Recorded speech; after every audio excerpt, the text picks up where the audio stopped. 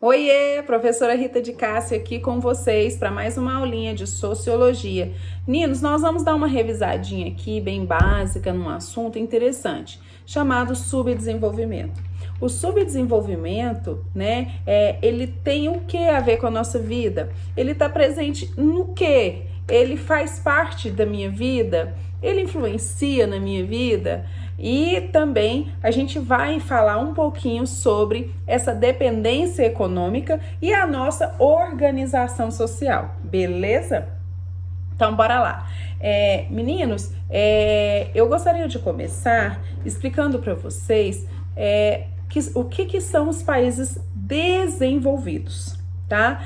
Os países desenvolvidos não são aqueles que possuem apenas grandes empresas que governam o mundo, não, tá? Os países desenvolvidos são aqueles que associam o desenvolvimento econômico com o bem-estar social. Ou seja, dentro desses países vai haver uma infraestrutura boa, vai haver saúde de qualidade para os cidadãos, vai haver segurança, certo? Então tem mais a ver com isso do que do outro modo, capital falando, ok? Economicamente falando. Então, além de ter esse desenvolvimento econômico, o país desenvolvido, ele tem também o bem-estar social, beleza?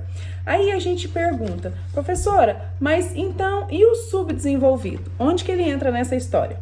Pessoal, os critérios para a gente definir, um país como subdesenvolvido, ele tem vários quesitos aí, certo? Olha só, o país subdesenvolvido, ele vai ser limitado, certo? Ele vai apresentar um alto grau de desigualdade. O que é isso? Aqui no Brasil nós temos 5 classes, da A a E, certo? Então, assim, essa diferença que existe entre... Sabe aquela pirâmidezinha? Vamos aqui na pirâmide que fica bem mais massa de explicar. Sabe aquela pirâmide onde aqui quem tem mais e vai descendo, descendo, descendo até chegar aqui embaixo, onde tem mais pessoas, porém com menos qualidade de vida, certo? Essa pirâmidezinha, ela vai demonstrar pra gente a desigualdade social, Ela vai mostrar pra gente um elevado nível de pobreza, de miséria. Por quê? Porque a maior quantidade de pessoas não tem, o mínimo necessário para a sobrevivência, tá? Então, a maior parte, dos países que são subdesenvolvidos, eles possuem essa parte, essa massa, muito volumosa, ou seja, uma grande concentração de pessoas em estado precário de vida, beleza? Então, assim, dizer que um país é subdesenvolvido não é só dizer que ele não é rico, que ele não possui finanças, é dizer que ele não oferece para a sociedade, direitos mínimos, básicos da sobrevivência, beleza? Então, antigamente a gente usava aquele termo terceiro mundo, para falar desses países que hoje são chamados de subdesenvolvidos, uma vez que o primeiro mundo seria aqueles países desenvolvidos, os países mais capitalistas e que possuem uma infraestrutura bacana para oferecer para a população. Então, essa divisão de classes muito visível, muito exacerbada, ela vai demonstrar aí essa parte em que há o subdesenvolvimento, tá? Para que um país, possua, um desenvolvimento legal, ele precisa oferecer para a sociedade, os quesitos básicos, beleza? E quais são as origens, né, do subdesenvolvimento? O subdesenvolvimento, ele tá ligado lá atrás na nossa história, né, a respeito da nossa exploração colonial, né, quando foi descoberto, né, esses países foram descobertos, eles foram ocupados, eles foram explorados, né, por outros países, ele foi submetido a uma cultura completamente diferente, né? Ele foi explorado intensamente, tanto no quesito cultural quanto nos seus recursos naturais, certo?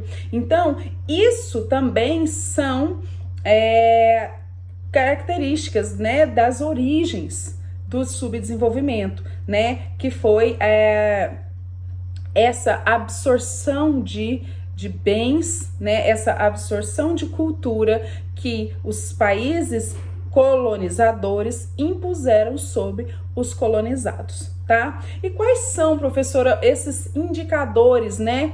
O que eu posso utilizar como indicador de subdesenvolvimento? Eu tenho alguns indicadores de subdesenvolvimento, né? Eu tenho um indicador vital, né? Ou seja, é onde eu vou ver ali as qualidades de vida que o cidadão que reside naquele país possui, né? O que ele pode oferecer, né? Para que esse indivíduo sobreviva da melhor maneira possível, tanto na alimentação, quanto educação, bem-estar, tudo isso, gente, é influenciador, tá? Eu vou ter um indicador também chamado de indicador econômico. Ou seja, a gente não percebe, mas os países subdesenvolvidos, eles mascaram, né, a falta de emprego, né, com atividades que não estão ali na carteira de trabalho, que são os trabalhadores informais, pessoas às vezes que se escravizam, né, para poder conseguir ali o pão de cada dia, certo? Então, assim, há essa diferença, há esse desajuste, certo? Dentro dessa sociedade. E há também um indicador político.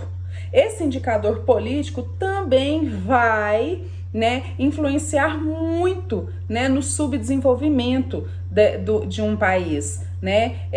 Ele vai demonstrar ali forças, né, onde, né, há uma minoria que possui muito e uma maioria que não possui nada, que não possui o mínimo de sobrevivência, né? E a gente também precisa saber, né, a respeito da organização social, certo?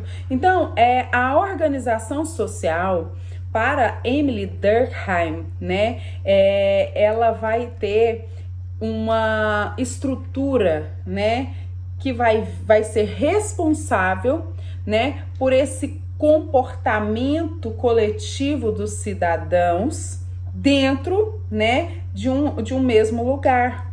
Pode ser um comportamento tanto humano, né, quanto animal também, não tem problema. Mas ele vai estudar esses padrões, essa diferenciação, esses relacionamentos entre espécies e características. Então, as características, né, da organização social, elas podem ter qualidades, como, por exemplo, o tamanho, um espaço, né, um tempo, uma liderança, uma estrutura, uma divisão de trabalho, um sistema de comunicação, certo? E todas as instituições sociais, elas são identificadas com um propósito social, certo?